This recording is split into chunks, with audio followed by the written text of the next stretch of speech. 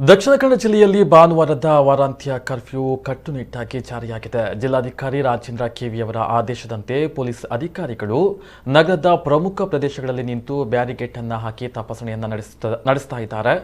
ಸಾರ್ವಜನಿಕರು ಬೆಳಗ್ಗೆ ಅಗತ್ಯ ವಸ್ತುಗಳ ಖರೀದಿಗೆ ಬೈಕ್, ರಿಕ್ಷಾ ಹಾಗೂ ಕಾರುಗಳಲ್ಲಿ ಸಂಚಾರ ಮಾಡಿದ್ರು. ನಗರದಲ್ಲಿ ಕೆಲವೊಂದು ಬಸ್ಗಳು ಸಂಚಾರ ಮಾಡುವುದು ಕಂಡುಬಂತು. ಇನ್ನು ಕೊರೋನಾ ಗೈಡ್ಲೈನ್ ಮೀರಿ ಸಂಚಾರ ಮಾಡಿದ ವಾಹನ ಸವಾರರಿಗೆ ಪೊಲೀಸರು ದಂಡ ವಿಧಿಸುವ ಮೂಲಕ ಬಿಸಿ ಮುಟ್ಟಿಸುವ ಕೆಲಸವನ್ನ ಮಾಡಿದ್ರು.